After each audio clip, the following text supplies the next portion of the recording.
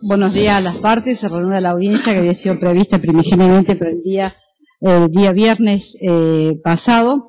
Se encuentran presentes por la Fiscalía los doctores Sandro Ruizzo y Fernando Fuentes, por la querella el doctor Gustavo Palmieri y los defensores Gustavo Lucero, Estefanía Sauli, Eduardo Lino González, Marcela Gergo, José María Díaz Villar y Carlos Ronda. Encontrándose los 15 imputados. ¿Me confirman los defensores eso? ¿Que se encuentran los 15? Bien. Bueno, en virtud de cómo había suspendido la audiencia anterior, tiene la palabra la querella.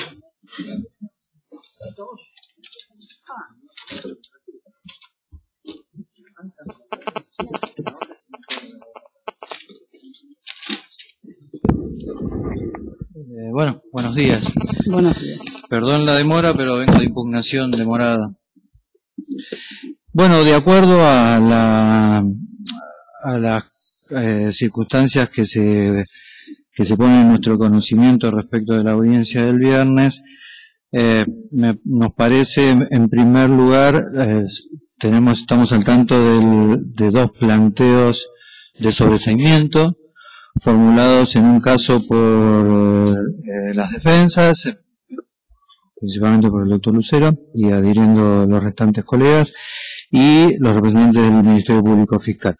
Nosotros creemos, en primer lugar, para darle un tratamiento lógico a estos planteos, que corresponde que nos expidamos respecto del planteo propiciado por el Ministerio Público Fiscal, porque obviamente en la medida en que este planteamiento corresponde o no desde el punto de vista de lo que vamos a formular a continuación, en todo caso podríamos evaluar o no la procedencia del restante, que es, según se nos informa, el planteo sobre que habría una violación a plazo razonable de la duración del proceso. Sobre la primera cuestión, el representante de la Fiscalía, los representantes de la Fiscalía, se nos dice argumentaron acerca de remitirse a un dictamen del Ministerio Público Fiscal, en esa época representado por el doctor Velasco Copelo. Dictamen que tengo a la vista, es un dictamen para conocimiento del tribunal, si es que no se le ha hecho saber, que fue formulado en el marco del ex 311, el artículo 311, en donde el juez de instrucción, el doctor Piana, le requirió al doctor Velasco Copelo su opinión sobre el trámite de la investigación. En aquella ocasión el doctor Velasco Copelo sostuvo, en realidad hay dos dictámenes iguales en el tiempo, ¿no? Un primero y un segundo. En ambos el doctor Velasco Copelo, lo tengo aquí el dictamen, hace referencia a que correspondería disponer del sobreseimiento de todos los imputados, a excepción del señor de apellido Matus, por aplicación del inciso segundo del artículo 301, del ex inciso segundo del artículo 301, a entender del fiscal Velasco Copelo, porque el hecho no habría existido. La fundamentación que ha utilizado la Fiscalía en aquella ocasión, según me dicen en este momento los representantes del Ministerio Público Fiscal remitiéndose también a esas razones, es que en principio, a entender del fiscal, la acción llevada a cabo por los imputados a las cuales se les reprochó distintas conductas distribuidas depende del tipo de representación que cumplían en la ocasión, sobre todo depende del cargo que ostentaban en la ocasión, ¿no? Bueno, a entender del fiscal, estos hechos, estas conductas no habrían existido, porque en su opinión, más o menos resumida para no hacerlo muy extenso, el fiscal entiende que la acción policial llevada a cabo en aquella ocasión, en inmediaciones de Arroyito, fue una acción adecuada. No hay nada que reprochar desde el punto de vista del sistema penal, ni a las decisiones que se tomaron en el lugar, ni a cómo se ejecutaron esas decisiones, ni al resultado lesivo de esas decisiones. Esa es la opinión que formuló en aquella ocasión, más o menos resumida, en lo sustancial, el doctor Velasco Copelo. Destaco inicialmente sobre este punto que no fue esa la opinión inicial del Ministerio Público en el caso. El Ministerio Público, representado en aquella ocasión por el doctor Richard Trincheri, opinó que los imputados en esta causa eran merecedores de ciertas conductas que le fueran reprochadas en el marco de lo que él mismo entendió que era un procedimiento policial desmedido, injustificado, en el marco de una serie de circunstancias que tampoco voy a detallar porque creo que todos estamos al tanto de ese dictamen, con lo cual no creo necesario manifestarlo, pero quiero destacarle al tribunal esta diferencia de criterios, ¿no? Por un lado, un fiscal que requiere una investigación penal, porque entiende que esas conductas en principio son delictuales, y por otro lado, otro fiscal que luego de un tiempo, creo que transcurrió más de un año después de ese primer dictamen, creo no equivocarme, durante ese tiempo, en ese año, otro fiscal llega a la conclusión contraria, que en realidad, bueno, esa acción no tiene en sí misma un reproche penal razonable. Nosotros desde la querella siempre hemos insistido que, a nuestro entender, el procedimiento policial que se cumplió en aquella ocasión, lejos de lo que opina el doctor Velasco Copelo, y no por el resultado muerte en sí mismo, no lo juzgamos a partir del resultado muerte, lo juzgamos por una serie de argumentos que nos hemos cansado de desarrollar. Vea, juez, cuando se nos dice que nosotros en este proceso penal solo sacamos fotocopias, escribimos un tratado de las facultades que el querellante debe tener en el proceso penal. Se lo traigo para que lo vea. Para algún desmemoriado, casi con irrespetuosidad, da a entender que nosotros sacamos fotocopias en esta causa. Nuestra teoría en este caso es completamente distinta de la que ha sostenido el fiscal Velasco Copelo, aunque le admito, para ser honesta desde el punto de vista intelectual, que tampoco compartíamos absolutamente la posición del fiscal Trincheri, del ex fiscal Trincheri. Pero así todo, el dictamen del doctor Trincheri habilitó el inicio de la investigación. Bien, ¿qué sucedió en el tiempo? Vamos a hacerlo sencillo también porque han pasado más de 6 años de eso. En el tiempo ha sucedido de que hemos tratado, por los medios que consideramos adecuados y en función de los tiempos que consideramos correctos y de acuerdo a la estrategia que pensamos que mejor nos acercaba a lo que sucedió en el hecho, intentamos que algunas de esas conductas, no todas, algunas, fueran reformuladas. Intentamos dar nuestra opinión respecto de las conductas reprochables. Y, sobre todo, intentamos dar nuestra opinión sobre el contexto del operativo. En nuestra opinión, este operativo, y lo vamos a seguir diciendo, tal como lo denunciamos en la Comisión Interamericana de Derechos Humanos, este proceso penal tiene su justificación en un operativo diseñado políticamente, con un objetivo político determinado. Esa es nuestra opinión. No es que la tenemos hace un mes, la tenemos hace más de 6 años. Y hemos intentado durante largos 6 años demostrar que tenemos derecho, como representante de la víctima, a que el Estado nos asegure los medios para que esto se investigue. Esa es toda la discusión en este caso, juez. No es otra. Desde que iniciamos esta tarea, hemos tenido que sortear cantidad de obstáculos. Cantidad de obstáculos. Lo preocupante, juez, no es que los obstáculos nos lo provoca la defensa, que tiene todo el derecho del mundo a propiciar la solución para su defendido. Lo hago yo todos los días, claro.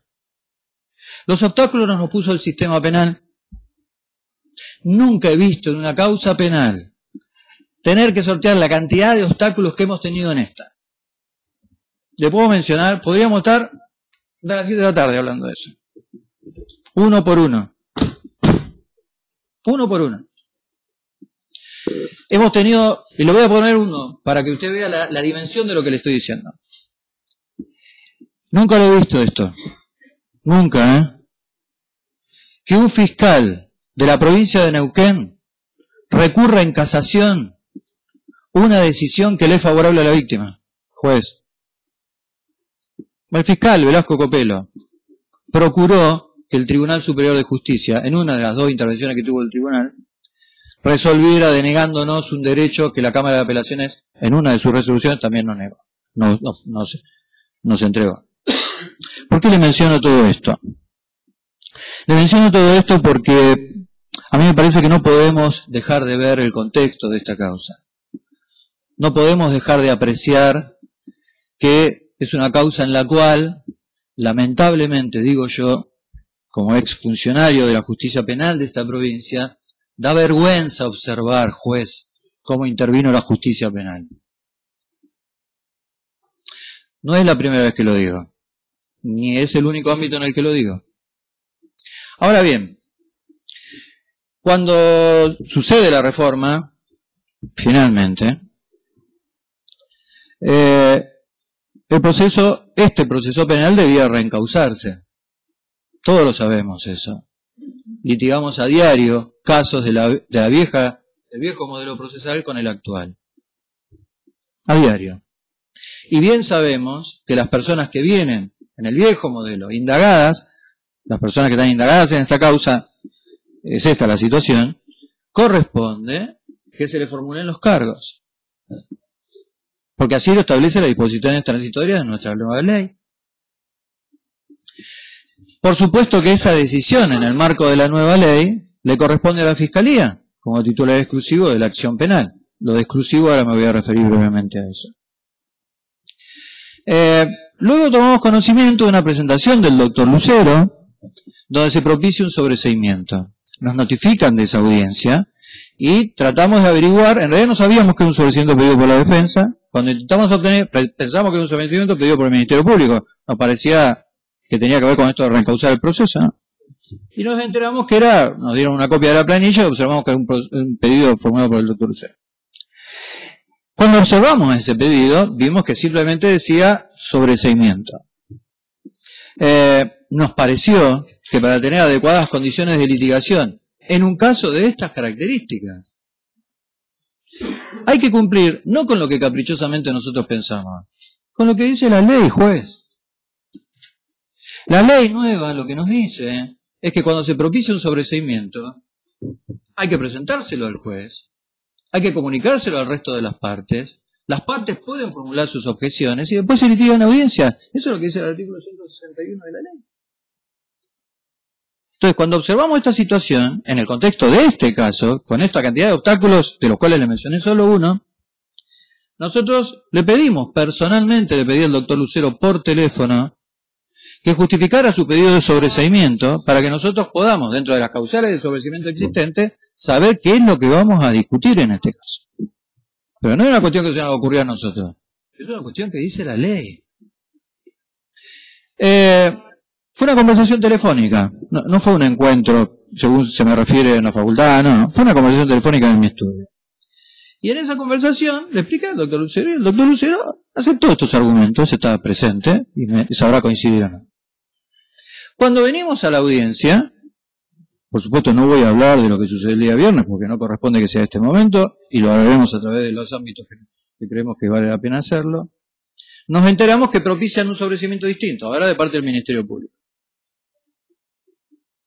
Y el Ministerio Público remitiéndose al dictamen que le acabo de mencionar. Nosotros, por las mismas razones que venimos sosteniendo hace 6 años atrás, nos oponemos a este sobreseimiento. Porque nosotros creemos, ya no por cuestiones formales, si hay que formular cargos o no hay que formular cargos, si tenemos que readecuar o no tenemos que readecuar. Instalada esta discusión y en la necesidad de dar nuestra opinión, más allá de estas cuestiones formales que me parecen no fueron observadas en esta ocasión, me parece, nosotros nos oponemos expresamente a este sobreseimiento, porque a diferencia de lo que opina la Fiscalía, nosotros creemos que hay suficientes elementos para pensar que el hecho efectivamente existió. Porque esta es la razón que invoca la Fiscalía. Pero como no podemos desoír lo que dice la ley, porque la ley lo que nos dice es que en estos casos hay que formular cargos, nosotros entendemos que a pesar del pedido del sobreseimiento de la Fiscalía, tenemos derecho a formular cargos. Entonces, como primera cuestión, vamos a solicitarle a usted que decida, en el caso concreto, si tenemos o no derecho, a pesar de la abstención fiscal, en este caso, de formular nuestro propio reproche penal. Nosotros entendemos que sí. Porque nosotros creemos que este proceso penal, cuyo contexto se lo resumí antes, nos ha cargado de obstáculos para llevar adelante lo que nosotros entendemos estamos en condiciones de acreditar. ¿Y sabe cuál es el problema que tenemos en este caso, juez? Que no nos dejan. Hace 6 años que estamos tratando de que alguien escuche la propuesta de la querella. Y hace 6 años que estamos litigando si el artículo tal dice tal cosa, si el viejo artículo 70 en la palabra instar significa que la querella tiene o no facultades. Hemos invocado los precedentes de la Corte Suprema, Quillo Quiroga, Santillán, el precedente Storchi, ya todos lo conocemos. Cuando el fiscal del Ministerio Público no le interesa continuar, por la razón que fuera, no voy a entrar en ese planteo. Pero el Ministerio Público no quiere continuar con esto. ¿Puede o no puede la querella hacerlo? Nosotros creemos que sí. ¿Hay impedimentos en la nueva ley para esto? Nosotros creemos que no. En la nueva ley, a diferencia de la vieja ley, no ha habido un cambio sustancial de normas como para que entendamos que el querellante en este proceso penal, que tanto nos costó conseguir después de tantos años, tampoco vamos a hablar de eso, porque tenemos que mandar a pedir una vianda, si no. Lo cierto es que las normas actuales del proceso penal no son diferentes de las normas del viejo código actual. Nosotros creemos que por los precedentes de la Corte Suprema, que ya les mencioné, y que si usted quiere, se los vuelvo a detallar, Quiroga, Santillán, Storchi de la Cámara Nacional de lo Criminal y Correccional Nacional, los precedentes que le otorgan a la víctima de la Corte Interamericana de Derechos Humanos, el derecho a la jurisdicción, el derecho a la tutela judicial efectiva, el derecho a obtener de parte del Estado una investigación seria y eficaz, el derecho a conocer la verdad. A la víctima no podemos privarla de ese derecho. Como no podemos privarla de ese derecho, y el Ministerio Público no está dispuesto a asegurarle ese derecho, no nos queda otra alternativa, juez, que hacerlo y pedírselo a usted. Porque usted tiene que convalidar este derecho que nosotros creemos que tenemos. Y vamos a ejercer ese derecho cuando usted nos dé la razón en este punto. Cuando usted resuelva esta petición que le estamos haciendo, si efectivamente conocemos, le anticipamos, lo sabemos, que ha habido otros jueces que han opinado de manera distinta, ¿sí? Esto lo sabemos.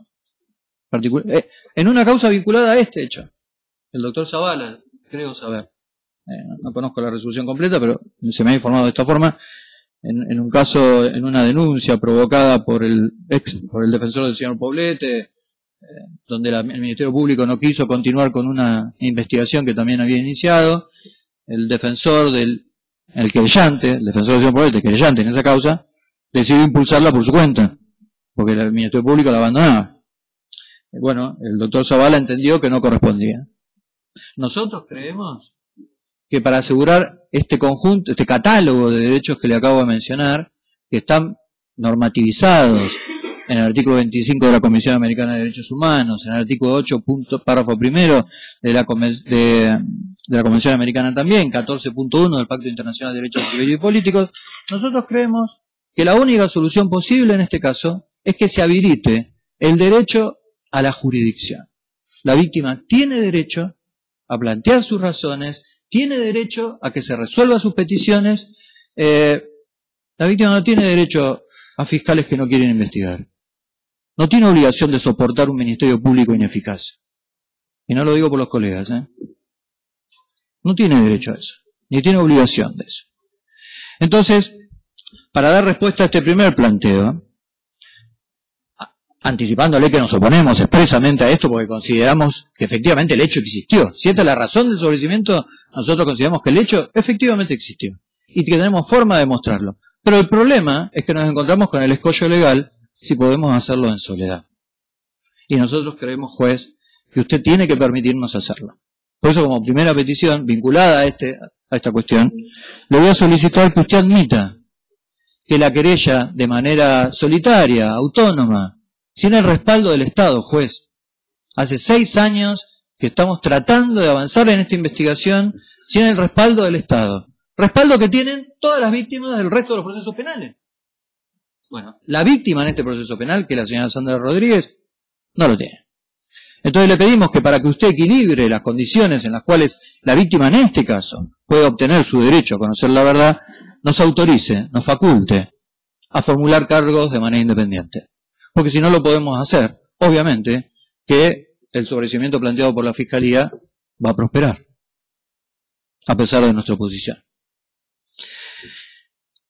Esa es la petición en concreto respecto del primer planteo. Respecto del segundo planteo, que es el formulado por las defensas en general, se me dice.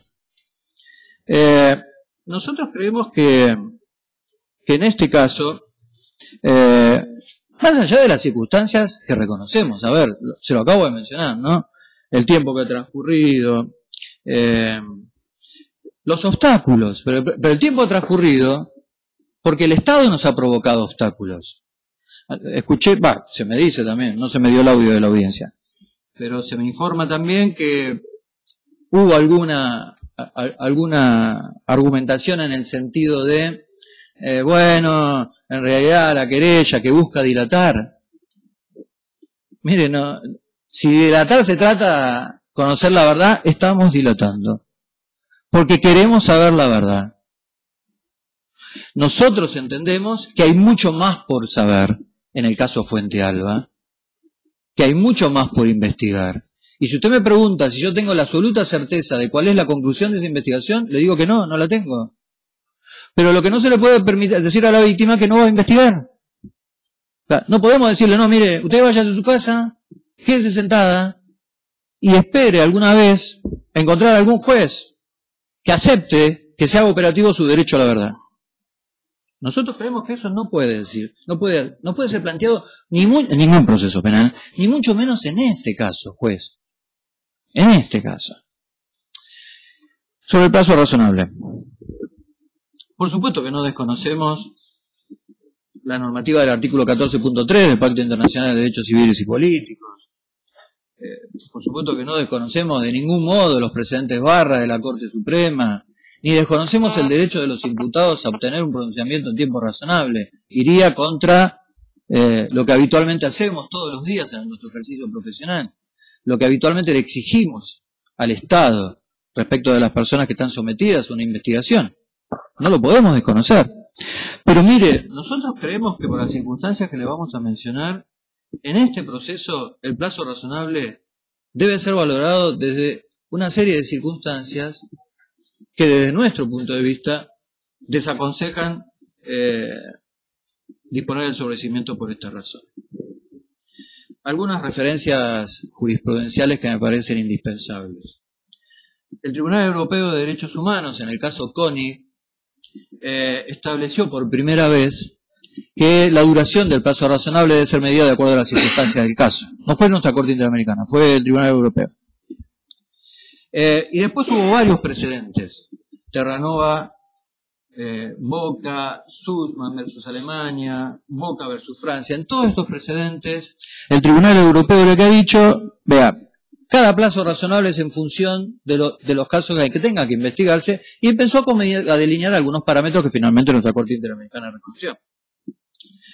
Pero, obviamente, no es el único lugar donde se discute esta cuestión. También se discutió, por ejemplo, en Estados Unidos, a partir del contenido de la sexta enmienda, donde finalmente la Corte Suprema de Estados Unidos, en el precedente Klopfer versus North Carolina, y en otro posterior, Baker versus Wingo, sobre todo con el voto del juez Powell, entendió en esos casos, que las circunstancias que le agregan complejidad al hecho deben ser merituadas respecto de la extensión de un plazo razonable. Lógicamente, si uno mide la extensión del tiempo en años, uno podría decir, bueno, han transcurrido más de 6 años, esto supera los plazos previstos en las normas, Voy a tratar de mostrarle que en la actualidad no. Pero a mí me parece que hay que valorar una serie de circunstancias en relación a estos precedentes y a lo que nos enseña en nuestra Corte Interamericana. Circunstancias del caso. Nosotros creemos que es un caso que tiene en sí misma una complejidad en términos de investigación. ¿Por qué tiene complejidad en términos de investigación? Porque es un hecho que ha sucedido, todos sabemos, en una ruta nacional, con gran cantidad de efectivos en el lugar, con serie de dificultades de investigación del caso. Recuerdo que la fiscal González Taboada, la ex fiscal González Taboada, nos reconocía finalmente que el lugar no pudo ser consignado en el momento, porque tenían que circular los vehículos, claro, que estaban demorados. Entonces, que la recolección de evidencias se hizo el día siguiente, cantidades de cartuchos, de escopetas 1270, más de 70, juez, más de 70, en el trayecto que duró esta represión, que para la Fiscalía, para el doctor Velasco Copelo, estuvo justificada. El inicio de la investigación, juez, fue dejado en manos de la propia policía de la provincia. ¿Comprende lo que le digo? La policía, que estaba sospechada de haber disparado de manera mortal contra la vida de un manifestante, el propio sistema de enjuiciamiento penal le facultó a la propia policía para que lo haga. A la propia policía. El señor que fue el autor del disparo fue localizado 36 horas después. Y fue localizado en circunstancias que no lo vamos a mencionar ahora, pero le puedo anticipar mi opinión. Fue localizado después de 36 horas por una decisión de la propia jefatura, que lo puso a disposición de la Fiscalía. ¿Qué le quiero mencionar con esto? Los primeros tramos de la investigación fueron tramos en los cuales no se aseguró de ningún modo que la evidencia que podría encontrarse en el lugar del hecho fuera obtenida con objetividad, valorada con objetividad, analizada con objetividad, de manera independiente y de una manera seria y exhaustiva, como recomiendan nuestros tratados internacionales. Pero ahí no terminaron los problemas, porque después continuaron las dificultades, una vez conocida lamentablemente el fallecimiento de Carlos Fuente Alba. Las dificultades no solamente por el autor directo del disparo, y después le voy a explicar por qué el autor directo, y una serie de circunstancias que tienen que ver con las personas que se encontraban en el lugar. Le doy un dato. El juez Piana, bueno, sigue siendo juez, cuando intervenía como juez de instrucción, mandó a solicitar en su momento las comunicaciones telefónicas que se habían registrado entre los efectivos que estaban en el lugar. ¿Sabe cuál fue el resultado? No había ninguna grabación. Ni de teléfonos celulares, ni de comunicaciones radiales. La propia policía, que se investigaba a sí misma y que tenía un autor identificado como miembro de su fuerza policial, nos informaba que no había comunicaciones radiales. Me acuerdo, audio número 3. Otra dificultad más. La reconstrucción de lo que sucedió ese día tiene que ver con evidencia compleja. Evidencia compleja no porque en sí misma sea, aparte de estas dificultades que le estoy mencionando, evidencia compleja porque es el Estado que no nos deja. Por eso es complejo el caso. Por eso demoramos y consumimos 6 años. No por capricho, no por dilatar. Porque esto hubiera demasiado sencillo. Si hubiéramos encontrado un juez que nos hubiera dicho, mire, víctima, vaya e investigue por su cuenta, no estamos acá sentados, estaríamos discutiendo en otra audiencia, en otras condiciones, si avanzamos o no avanzamos, y en todo caso, ¿en qué sentido? Eso no se nos permitió. Mire, le pongo algunos ejemplos. Caso Bulacio. ¿Cómo se investigó el caso Bulacio? Cuando la Corte Interamericana le ordenó a la Argentina que lo haga. Caso Miguel Bru. ¿Cómo se investigó el caso Miguel Bru, juez? Cuando la Corte Interamericana le ordenó al Estado argentino que lo haga, porque era la propia policía que estaba involucrada en esa investigación.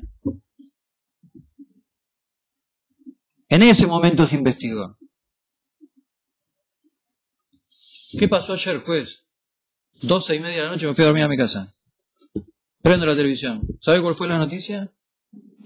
Que un juez federal, el juez Lijo, ordenó la reapertura de la investigación del caso Costecchi y Santillán para determinar los autores que se denominan intelectuales o el resto de los autores. Hace más de 12 años que los familiares de la víctima de Costecchi y Santillán están reclamando lo mismo que estamos reclamando en esta causa. Que no pensemos que es un autor único. Que esto fue una acción concertada y que un Estado democrático de derecho necesita saber, necesita llegar a la conclusión de si efectivamente el señor Poblete por su cuenta y por su propia voluntad tomó esta decisión alocada o como creemos nosotros, juez, con toda honestidad, que estamos en condiciones de demostrar, por lo que venimos diciendo hace 6 años, de que no es así. Costecchi y Santillán tardaron 12 años en lograrlo. Miguel Bru tuvieron que recorrer hasta la Corte Interamericana de Derechos Humanos. Bulacio, nos condenaron a que lo hagamos. Claro, nunca se supo quiénes fueron los responsables. Entonces, no queremos llegar a esa situación, a pesar de lo cual ya lo hemos denunciado a la Comisión Interamericana de Derechos Humanos. La presentación la hemos acompañado hace más de 2 años que hemos hecho la denuncia correspondiente. Y hemos acompañado y todas las partes conocen el contenido de nuestra denuncia.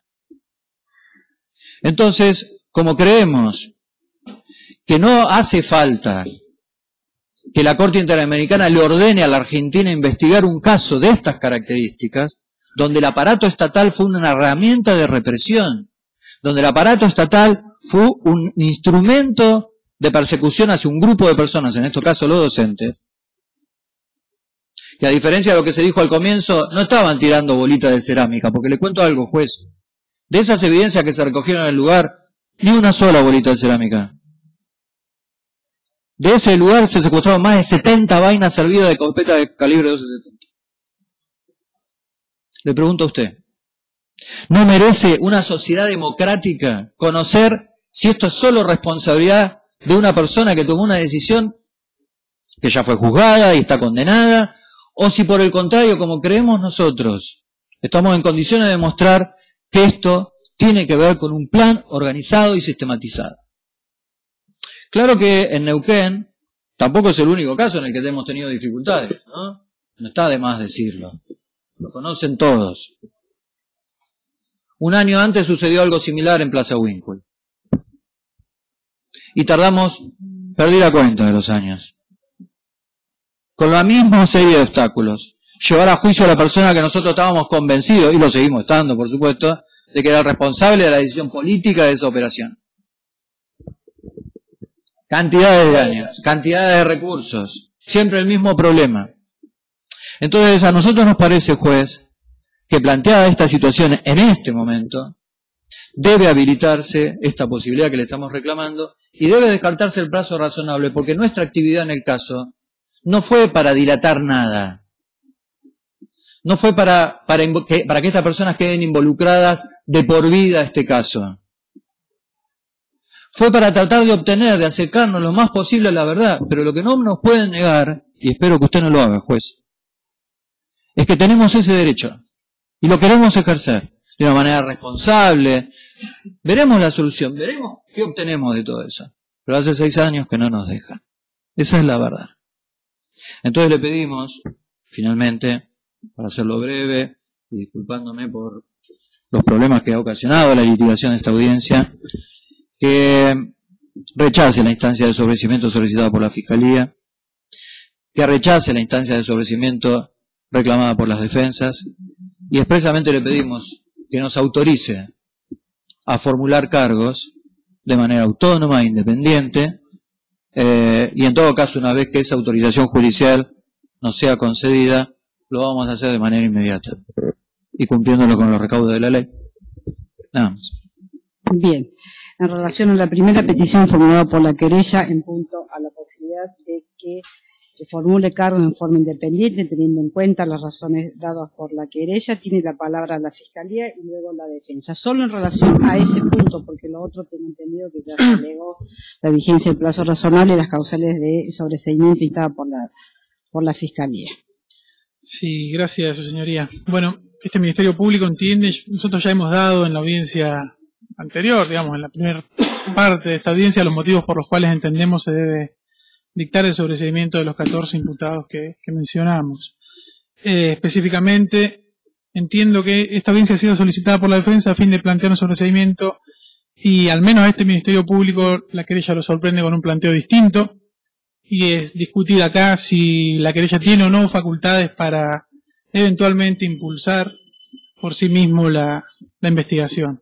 Lo cierto es que entendemos que debe rechazarse lo planteado porque no es ese el objeto de esta audiencia. Hemos venido acá a discutir si corresponde o no sobreseer a los imputados y no ver si la querella puede o no continuar con la investigación por su propia cuenta. De cualquier manera, sí creo que corresponde ilustrar a su señoría que en los 8 meses que lleva este proceso instaurado en la provincia, si la querella entiende que tiene facultades para impulsar por sí misma el proceso, no registra el Ministerio Público ningún acto en el cual haya expresado su voluntad en ese sentido. Es decir, si entendían ellos que podían impulsar por sí mismos y eventualmente correspondía formularle cargos a los imputados, bien podrían haberlo peticionado, cosa que no han hecho. En cuanto al planteo de la Fiscalía, no ha variado, es el mismo planteo que se ha hecho en el año 2009. Esa es la postura del Ministerio Público en este caso. Entendemos debe rechazarse lo planteado. Bien, la defensa solo en relación a la posibilidad o no que tendría la querella para instar el proceso en soledad, como le dijo el doctor Palmieri. Solamente en eso le voy a dar la palabra a los defensores. Tengo entendido que lo otro lo ratifican a la instancia de sobreseimiento.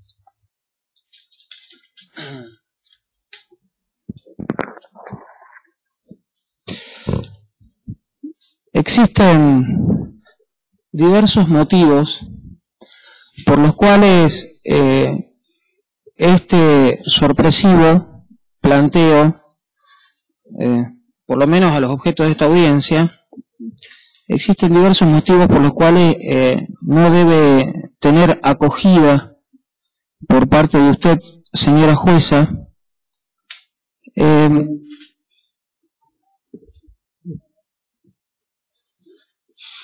Vamos a ver desde el punto de vista normativo. No sé si advierte su señoría que la querella no sostiene este planteo en particular en ninguna norma legal. O sea, nosotros tenemos un nuevo ordenamiento procesal penal en la provincia de Neuquén que no los habilita. Entonces, como decía el viejo refrán, dura lex sed lex, aunque antipática es la ley, y tenemos que aferrarnos a la misma. Obviamente no voy a desconocer que existen opiniones doctrinarias que se orientan en el sentido de darle una participación autónoma plena a la víctima en el proceso penal. Tampoco voy a desconocer que al momento de realizarse los trabajos previos a la sanción de nuestro nuevo código, existía un proyecto en donde se le permitía la posibilidad de iniciar y avanzar con una causa penal por sí, prescindiendo del Ministerio Público Fiscal. Pero la verdad es que este proyecto no prosperó y el pueblo de la provincia del Neuquén, no estos imputados, el pueblo de la provincia de Neuquén, a través de sus representantes en la legislatura, decidieron no darle acogida legal a esta posibilidad, con lo cual no está permitido. En tal sentido, el artículo 131, por ejemplo, de nuestro ordenamiento procesal penal, no dice la Fiscalía o la querella. Dice que solamente es potestad de la Fiscalía, del Ministerio Público Fiscal, disponer la apertura de una investigación.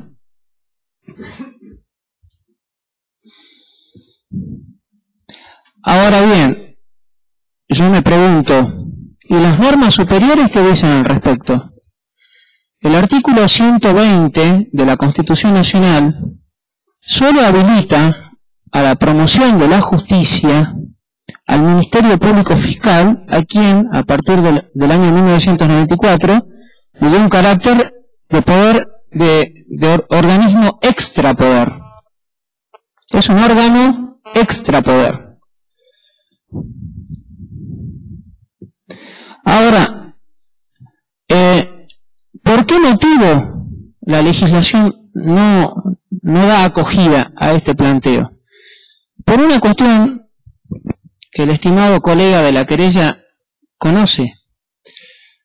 Sería poco prudente que la política criminal de un país la maneje un privado. Dentro de lo que son las políticas de Estado, dentro particularmente de lo que es la política de gestión de la conflictividad, encontramos a la política criminal. La política criminal no puede privatizarse, no puede dejarse en mano de Juan Pérez la posibilidad de decir qué casos vamos a llevar adelante, qué casos vamos a llevar adelante para investigar con los recursos del Estado, no con los propios, porque convengamos que si yo particular me dan la posibilidad de investigar, utilizo los recursos del Estado. Y el Estado, los recursos judiciales, por lo menos de la política del Ministerio Público Fiscal, los puede afectar en tanto y en cuanto tengan que ver con la política pública.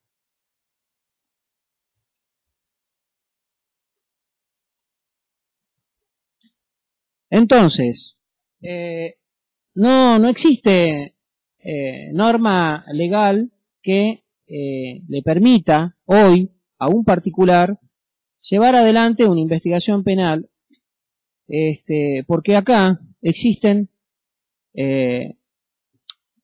lo que se conoce como intereses públicos relevantes. Uno en estos días ha observado cómo se está trabajando con las comunidades indígenas de la región. Se les va a posibilitar resolver sus conflictos, política de gestión de la conflictividad, siempre y cuando no atente a derechos humanos fundamentales y al interés público, no afecte gravemente al interés público. Otro motivo más. Yo le pregunto, señora jueza, ¿qué está en juego acá en esta causa? Porque si usted me dice a mí, mire, doctor Lucero, acá se está discutiendo una amenaza hacia una persona o la sustracción de un bien hacia un particular. Nuestro código permite, tiene el sistema de conciliación, de mediación, para que si las partes se ponen de acuerdo, se cierre la causa o el caso. Yo admitiría el avance de una investigación por un particular en tanto y en cuanto no se afecte el interés público, o sea, exceda el interés personal. Entonces surge la pregunta inevitable. La señora Sandra Rodríguez, que es querellante en esta causa, ¿está legitimada para defender sus intereses particulares en el contexto de este caso? No nos olvidemos, como ya lo esbozara en la audiencia anterior, acá no estamos investigando una amenaza hacia un particular, un hurto, un robo, una defraudación. Acá estamos investigando supuestos hechos que tienen que ver con delitos de incumplimiento de deberes de funcionarios públicos, delitos de encubrimiento. ¿Y cuál es el bien jurídico tutelado? La administración de justicia. Entonces yo le pregunto, señora jueza, ¿la señora Sandra Rodríguez es titular de la administración de justicia de la provincia de Neuquén? Entonces, si no es titular, ¿por qué se le permite o por qué quieren avanzar en una investigación en donde están en juego los intereses del Estado, los intereses de la buena administración de justicia?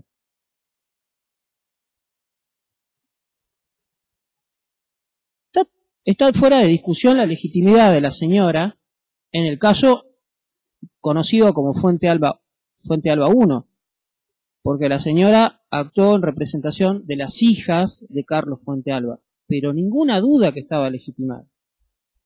Pero estamos hablando de un delito de homicidio. Acá estamos hablando de delitos que atentan contra la administración pública, en este caso contra la administración de justicia.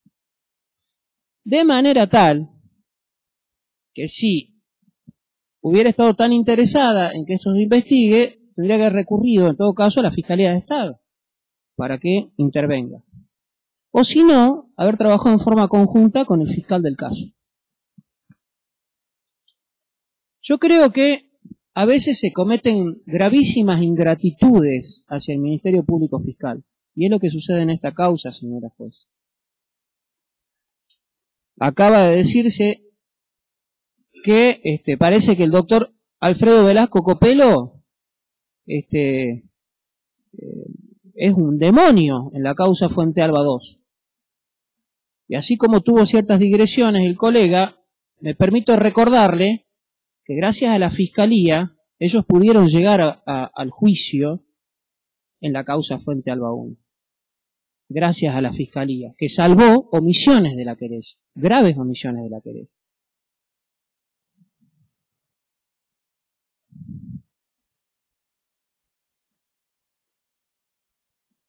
Como también es muy grave decir, qué raro, el doctor Alfredo Velasco Copelo opina diferente a lo que opinó el doctor Walter Trincheri.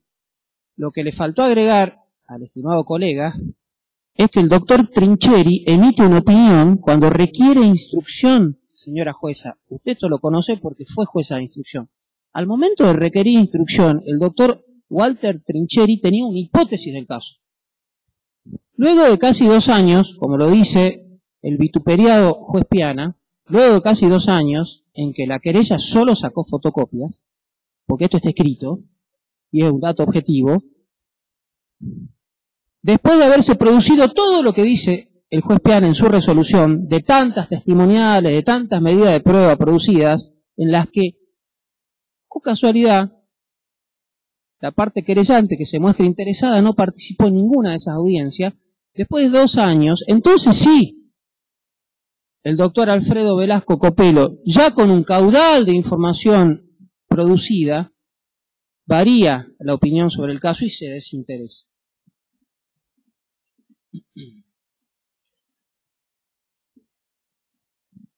Sabemos que todas estas cuestiones son discutibles. Pero, señora jueza, yo le pregunto, acaban de mencionar el caso Santillán. Vayamos a lo que dice la jurisprudencia. Señora jueza, en el fallo Santillán, ¿la Corte habilitó a que un particular promueva acción judicial, acción penal? De ninguna manera. En la causa Quiroga, ¿la Corte habilitó a que se promueva a partir de la acción de un particular un proceso penal? Tampoco. O sea, lamentablemente, si nos vamos a la jurisprudencia, tampoco la jurisprudencia acompaña el planteo de la parte querellante. Lo que dice la Corte es que una vez promovida, conforme el 120 de la Constitución, la actuación de la justicia, como dice el 120, una vez promovida por un funcionario público, porque no es lo mismo un fiscal que un querellante, por un funcionario del Estado, una vez promovida y admitido el caso en la justicia, entonces sí puede llegar a tener autonomía la parte querellante al momento de el requerimiento de elevación a juicio autónomo o una condena en forma autónoma. Pero de ninguna forma retrotrae esta habilitación al momento de la admisión del caso. Con lo cual, la jurisprudencia tampoco acompaña la posición del pedido de la querella.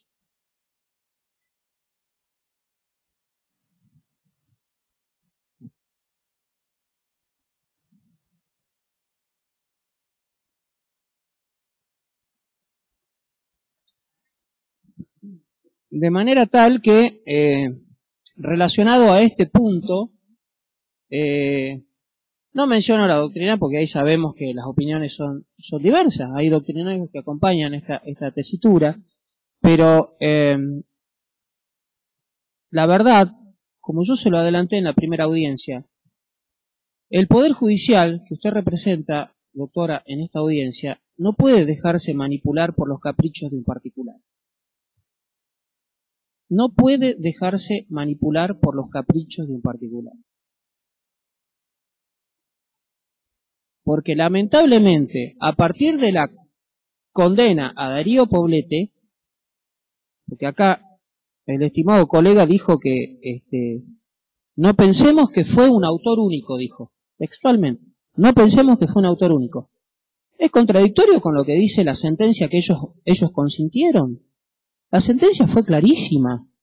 Darío Poblete actuó en forma autónoma. Es como para que le entiendan hasta los niños la redacción de la sentencia, porque describe que era Darío Poblete y otros policías que tenían armas federales. Describe que habían varias opciones: no disparar, disparar al aire, correr al vehículo. Ninguno de los otros lo hizo, solo Poblete optó por el peor de los caminos. Actuó con libertad de albedrío.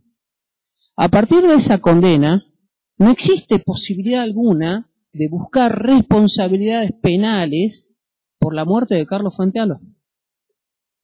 Entonces, por eso es que yo lo digo, es lamentable, pero esta es la postura.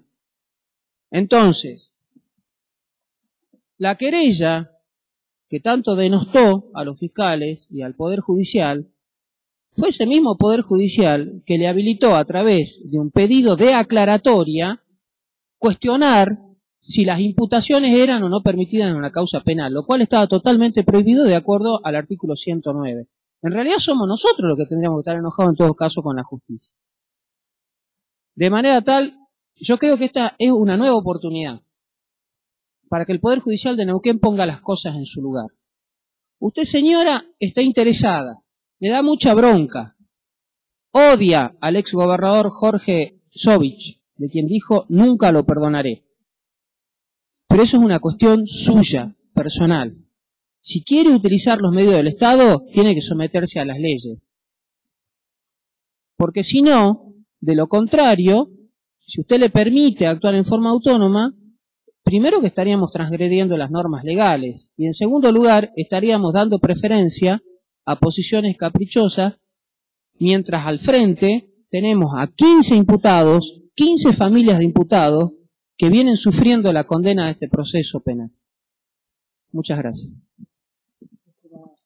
Puso el doctor Lucero.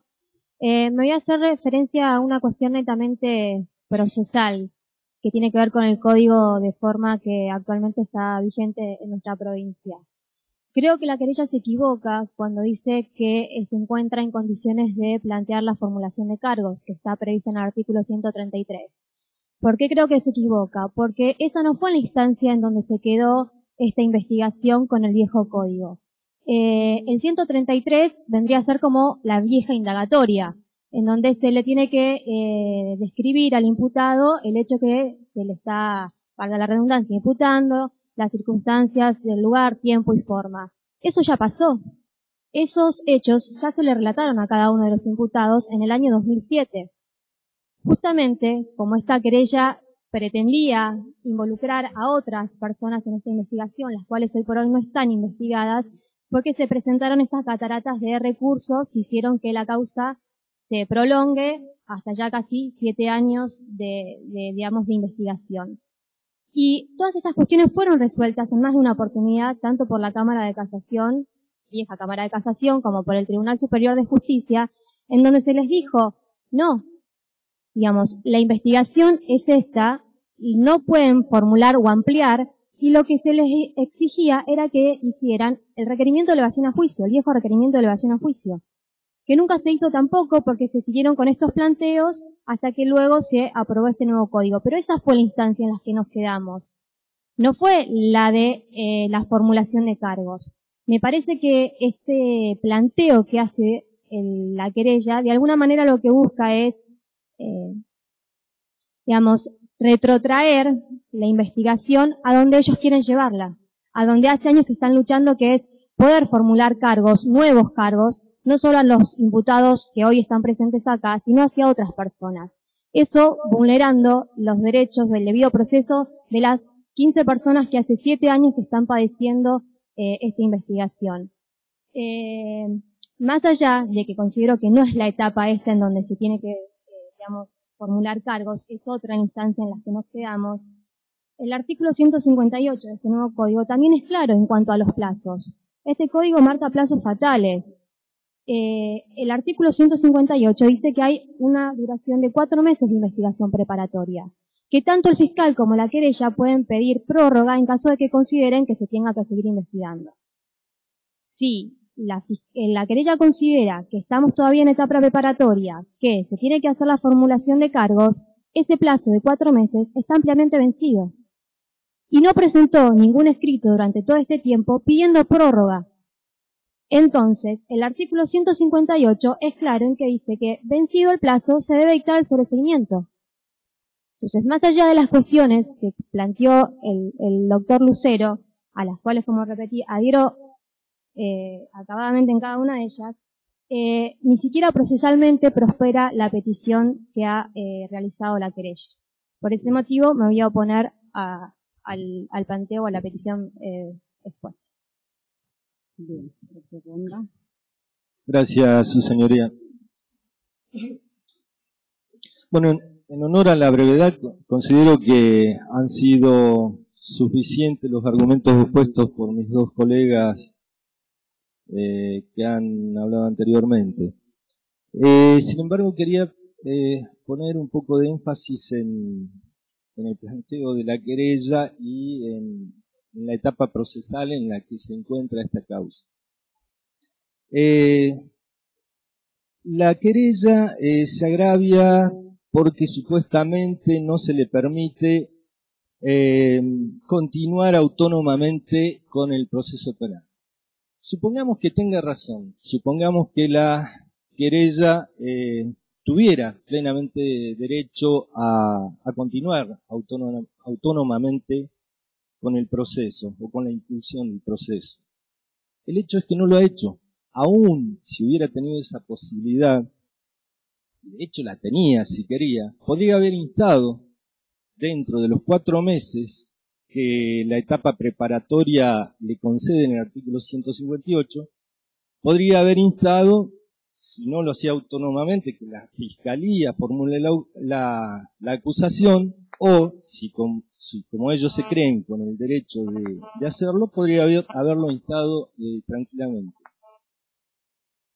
No solo no lo hicieron en los primeros 4 meses de vigencia del Código Nuevo, sino que tampoco lo hicieron en los 4 meses siguientes, en el que tenían oportunidad de haber pedido prórroga, fundado precisamente en uno de los argumentos centrales que esboza la querella, fundado en las dificultades de la investigación.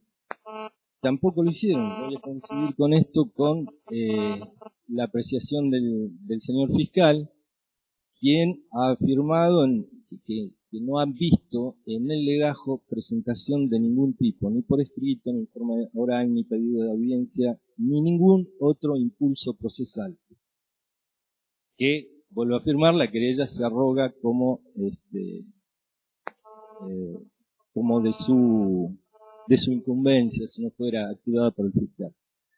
En orden a ello, entendemos que procede el sobreseimiento, tal como lo habíamos planteado, y no debe concederse a la querella en esta etapa procesal continuar actuando autónomamente, precisamente por su falta de acción en el momento procesal oportuno. Doctora.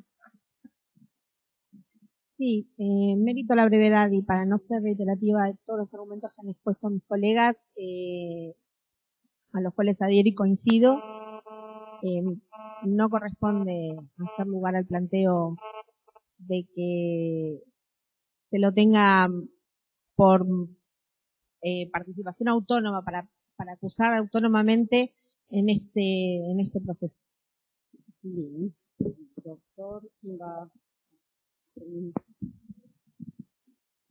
teniendo en cuenta lo manifestado por los defensores que me precedieron, estoy totalmente de acuerdo y adhiero al postulado de los mismos.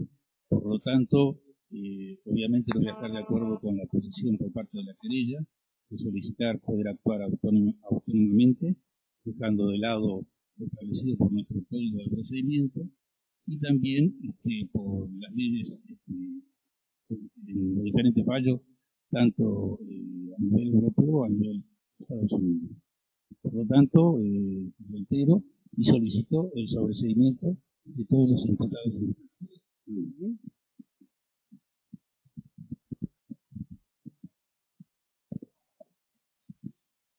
Sí, simplemente para adherir al planteo que hizo la Fiscalía y los demás defensores, solo quería agregar al planteo que hizo el doctor Ronda que, y también aportándome en el planteo de la Fiscalía, de que esta audiencia no fue solicitada a los fines de la formulación de cargos, sino por uno de los defensores para buscar el sobreseimiento, que acompañamos obviamente. Me pregunto, y me gustaría que se pregunte, señoría, ¿cuál sería la situación de esta investigación si justamente la defensa no hubiera solicitado esta audiencia? Sería la misma situación que ocurrió durante el transcurso del año, que sería nada. La querella, si entendía que podía formular cargos, podía continuar con esta investigación en forma autónoma, por lo menos debió haberlo solicitado y no utilizarlo como un argumento para superar el obstáculo que se le presenta en esta audiencia. Gracias.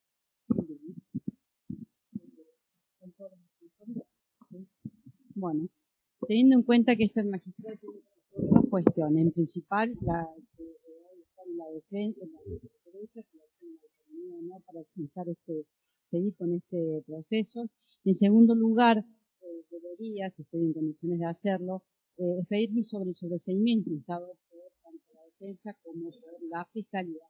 Voy a solicitar, porque para mí que no han dado los fundamentos suficientes en la primera audiencia, toda vez que tengo claro que la defensa solicita el sobreseimiento por la violación de derechos relacionados con el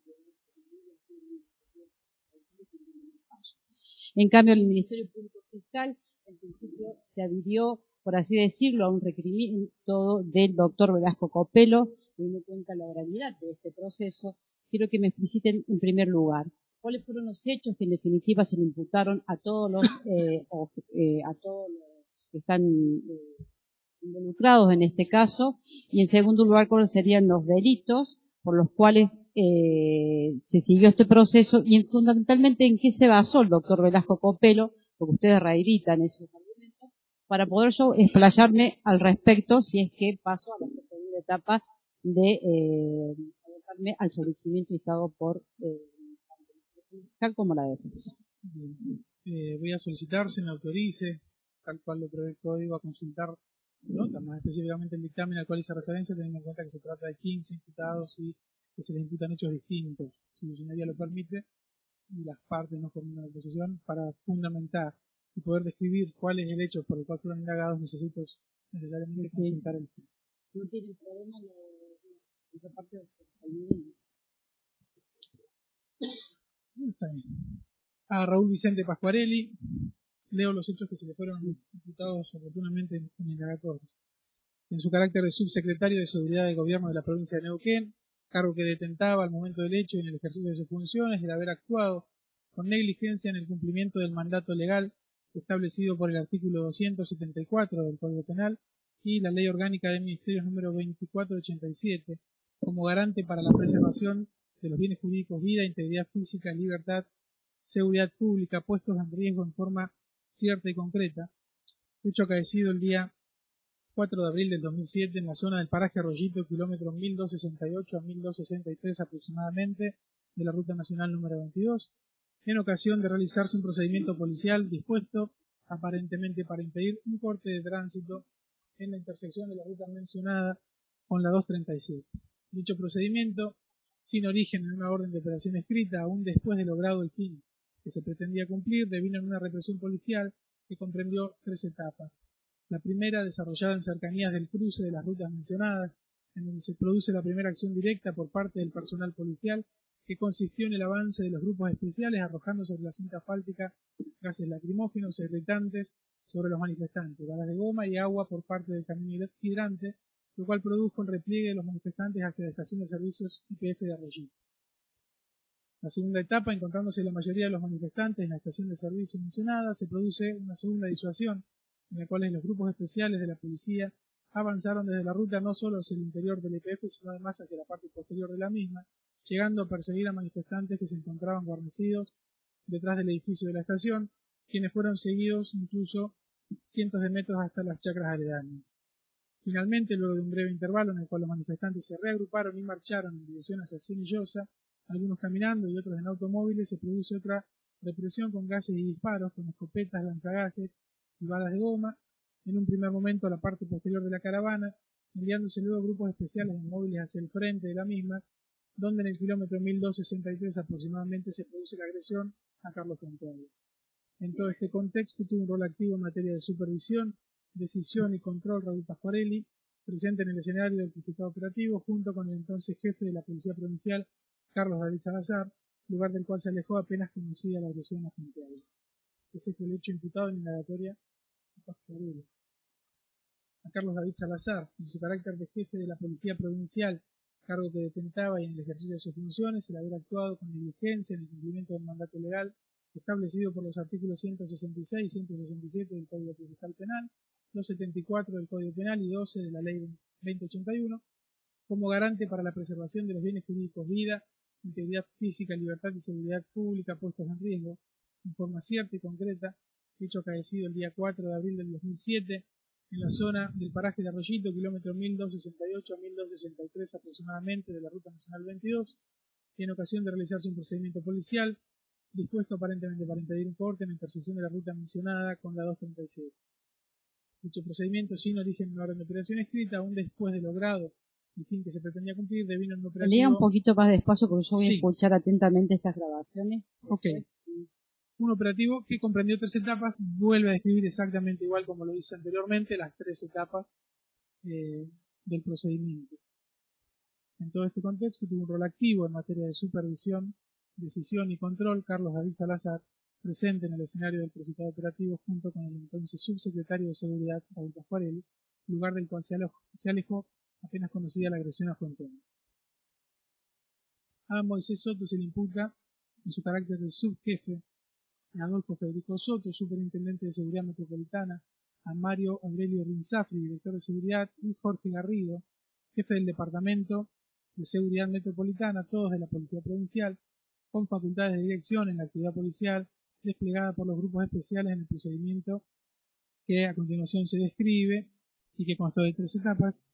Nuevamente vuelven a ser las mismas 3 etapas antes descritas, que en los cargos y caracteres que precedentemente se enunciaron y detentaban se les imputa el no haber ejecutado las leyes orgánica policial, penal y procesal penal, cuyo cumplimiento les incumbía, artículo 12 y concordantes de la Ley 2081, artículos 166 y 167 del Código Procesal Penal y 274 del Código Penal, y con posterioridad al hecho del que resultara la muerte de Carlos Fuentealba en el kilómetro 1263, aproximadamente de la Ruta 22, contribuyendo con dicho comportamiento a que el cabo José Poblete eludiera su responsabilidad penal, en tanto no adoptaron medida alguna para preservar la escena del crimen ocurrido momentos previos, ni propiciaron ni requirieron que aquellas se implementaran, omitiendo preservar los rastros materiales y el estado de las cosas relacionadas con la agresión a Fuentealba, y sin practicar ninguna diligencia tendiente a la individualización del autor cuyo delito conocieron, estando obligados además a promover la persecución penal.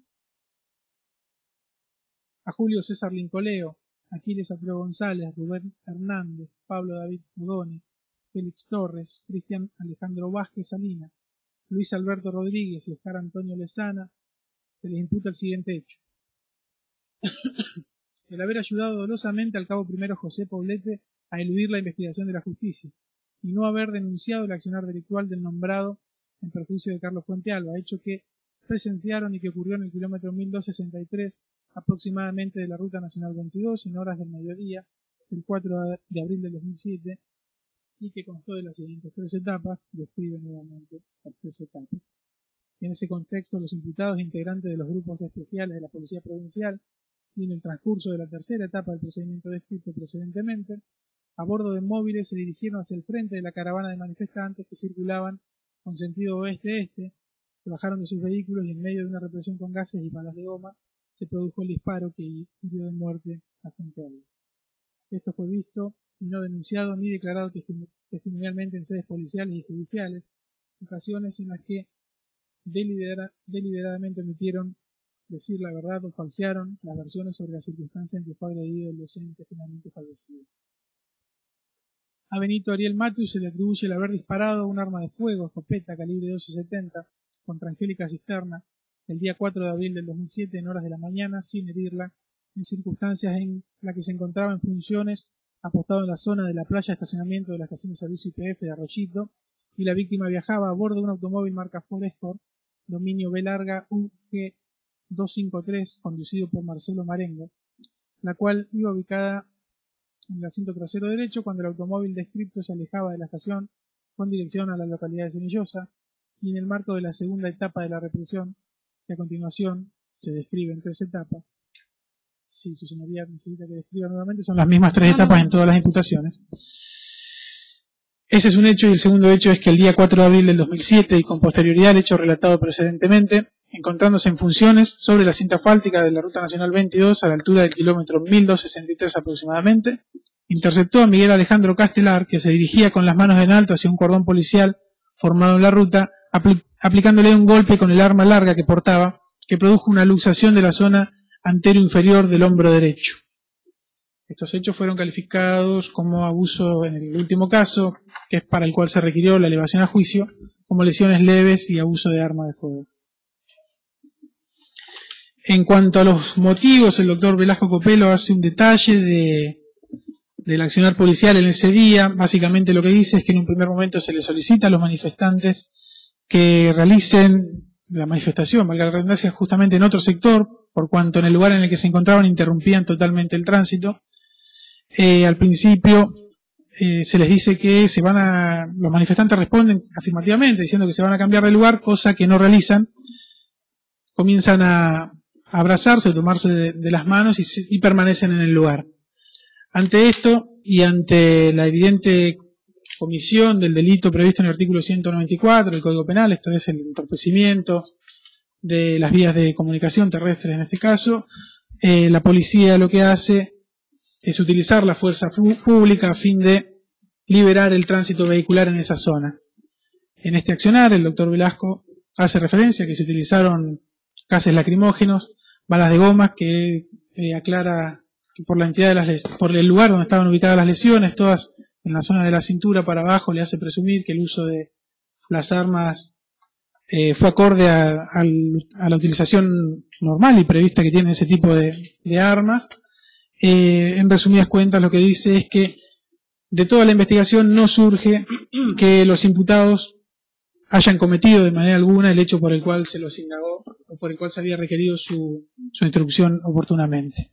En función de esta falta de prueba, de esta orfandad probatoria, lo que sostiene o lo que solicita al señor juez es que dicte el sobreseimiento por entender que no hay elementos suficientes para sostener una acusación en su contra. Con excepción, que ya lo mencioné en la audiencia pasada, del señor Matus.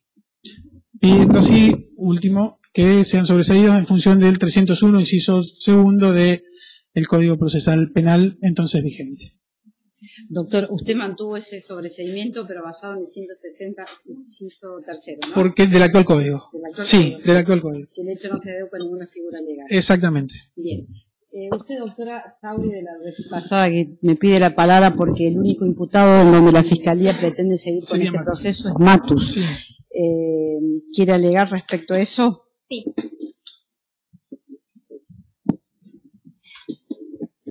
¿Mantiene esa posición el Ministerio Público Fiscal? No, doctora. Justamente, no sé si la doctora quiere, igual ya lo hablamos previo a la audiencia. La Fiscalía ha revisado nuevamente el legajo, cuáles fueron los actos procesales interruptivos de la prescripción.